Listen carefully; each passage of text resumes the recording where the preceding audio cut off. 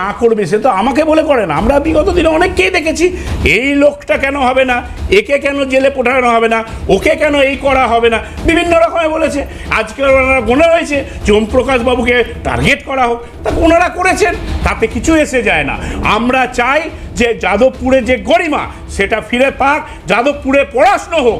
এইসব বিপথে যারা গামিত ছাত্র ছাত্রী তাদের বাবা মারা তাদেরকে বোঝান যে তাদের ছেলে মেয়েকে পাঠাচ্ছেন তো ওখানে পড়াতে, দেখুন তারা কি করছে। এখানে লেখা আছে, ওখানে কোথায় লিখছে, মানে আমরা দেখছি ওখানে লিখছে কি কাশ্মীর মানে আজাদি। আমাদের দেশে আমাদের কাশ্মীর আমাদের দেশে অবিচ্ছেদ্য অঙ্গ। কাশ্মীর মানে আজাদি, এটার মানে কি? এর মানে কি? দেশ বিরোধী কথাবার্তা এগুলো বলার মানে না। মনিদার কাছে আসবো। মনিদা, কি মনে হচ্ছে মানে যা চলছে যাদবপুর ইউনিভার্সিটিতে, আর তার মধ্যে হঠাৎ করে এইরকম একটি কিছু মানে দেওয়াল দেখতে পেলাম যেখানে এইরকম কিছু স্লোগান, যেটা 5-6 মাস আগে লেখা ছিল, কেউ কিছু জানেও না, কেউ কিছু বলতেও পারছে না, কারা লিখে গেল, কেন হচ্ছে, কি চলছে? মনিদা, দেখুন, বিষয় হচ্ছে অনেকক্ষণ ধরে শুনলাম আলোচনা হচ্ছে যাদবপুর ইউনিভার্সিটি, আলোচনা হওয়া উচিত, ওখানে প্রায় 12,000 ছাত্র পড়ে, তাদের সবাইকে নিয়ে আমরা যে মব দেখলাম এই কটা দিন ধরে চলছে, একটা তৃণমূল আর সিপিএম তথা এসএফআইয়ের নাটক। এই মবে কতজন যাদবপুরের 12,000 ছাত্রের কতজন আছে? 10%ও নেই, 5%ও নেই। তাহলে 5% পুরো যাদবপুর, হ্যাঁ বাকিরা এবিভিপি? না এবিভিপি আমি বলছি না, 5% পুরো কন্ট্রোল করছে যাদবপুর ইউনিভার্সিটি। আর আমরা এমন করছি, কয়েকটা বাজে ছাত্রর জন্য পুরো যাদবপুর ইউনিভার্সিটির বদনাম করছি টিভি চ্যানেলে বসে, যেন মনে হচ্ছে যেন পুরো যাদবপুর ইউনিভার্সিটি এরকম নয়। নাম্বার 1। নাম্বার 2, মনে আছে কিছু বছর, এক বছর খানিকই হয়েছে, স্বপ্নদীপের বাবা টিভি ক্যামেরায় বলেছিল যে আমার ছেলেকে আমি যাদবপুরে পাঠিয়ে ভুল করেছি, ওখানে তো সব ছাত্ররূপী গুন্ডারা থাকে।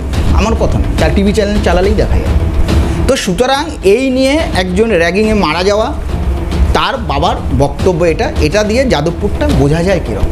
বিষয় সেটা নয়, বিষয় হচ্ছে এসএফআই যদি কেলানি খায় তাহলে বলবে গণতন্ত্র বিপন্ন, আর যখন কেলাবে তখন বলবে এটা বিপ্লব। এটাই হচ্ছে এসএফআইয়ের চরিত্র। শুভজিতের বয়স যা, সেই বয়স অনুযায়ী যখন সিপিএম একদম মধ্য গগনে 1990-এর দিকে, 2000 দিকে, আমার নিজের অভিজ্ঞতা বলছি যে একটা কলেজে 10 বছর 15 বছর ধরে ইলেকশন হয়নি, ইনজাংশন জারি করেছিল। ইনজাংশন কথাটা তখন শুনেছিলাম কলেজ লাইফে, ইনজাংশন জারি করেছিল। ভাই তোমার সময় বলিনি, তোমার সময় বলিনি, আমাকে বলতে দাও। অবশ্যই বলবে। সুতরাং আমি এমন একজন ছাত্র যে হিন্দুত্ববাদী সংগঠন করার জন্য 2 বছর বিদ্যাসাগর কলেজে নষ্ট করেছি। কলেজের এইচওডি আমার সাথে দেখা করেনি, আমার টেস্টে পাস করেছি। আমি নিজের নেমে ঢাক পাঠাচ্ছি না, বাস্তব কথা, দেখে নিতে পারেন। 1989 সালের কথা, 1998-এর কথা। দেখা করেনি ফিজিক্সের এইচওডি, আমি ফর্ম ফিল আপ করে পার্ট 1-এর জন্য জমাও করেছি। কোনোদিন আমার বাবার সামনে সে আসেনি আজ পর্যন্ত। আমার বাবা যতদিন বেঁচেছিলেন কোনোদিন আমরা দেখা করতে পারিনি, বলেছিল ও তো কলেজে আসে না। আমার পরীক্ষা হয়ে টেস্টে রেজাল্ট হয়ে গেল। এই ছিল এসএফআইয়ের চরিত্র।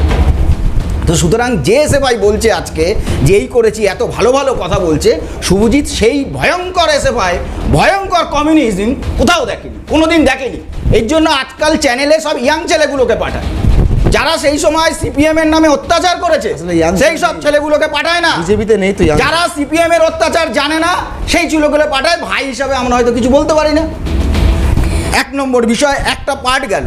নাম্বার 2 যেটা বলা হচ্ছে যে ওখানে দেখা যাচ্ছে যে আজাদ কাশ্মীর চাই, আজাদ প্যালেস্টাইন চাই, আজাদ মণিপুর চাই। 15 দিন আগে আছে, 20 দিন আগে আছে, ওরা তো খুব অ্যাক্টিভ ইউনিয়ন। তো ওই লেখাগুলো মোছেনি কেন? ওই লেখাগুলোকে দেওয়ালে কেন লিখে রেখে দিয়েছে? যদি এতই অ্যাক্টিভ হয় নিশ্চয়ই চলতে ফিরতে চোখে পড়েছে, তাহলে সেই লেখাগুলো মোছেনি কেন? যদি লেখাগুলো না মুছে থাকে তার যে এগেনস্টে কমপ্লেন করেনি কেন?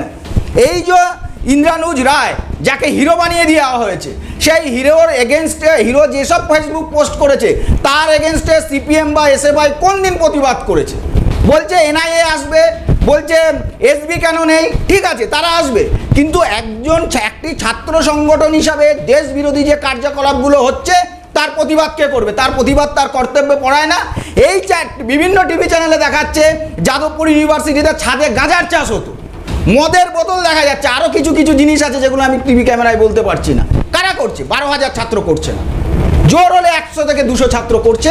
তারা পুরো যাদবপুর ইউনিভার্সিটিটাকে বদনাম করছে। মনিদা, এই যে আপনি যেগুলো বলছেন আমি আপনাকে সম্পূর্ণ সমর্থন করছি, কিন্তু এগুলোর তদন্ত হওয়াটাও তো দরকার সব ক্ষেত্রে। আমি কেন বলছি কথাটা, আপনি সেই ছাত্রের নাম উল্লেখ করেছেন যার মৃত্যু হয়েছে র্যাগিংয়ের জন্য, তার মৃত্যুর খবর আমরা দেখেছিলাম, এবং সেই সময় আমি কিছুক্ষণ আগে প্রাক্তন ভিসি বুদ্ধদেব সাহেবের কথা উল্লেখ করছিলাম।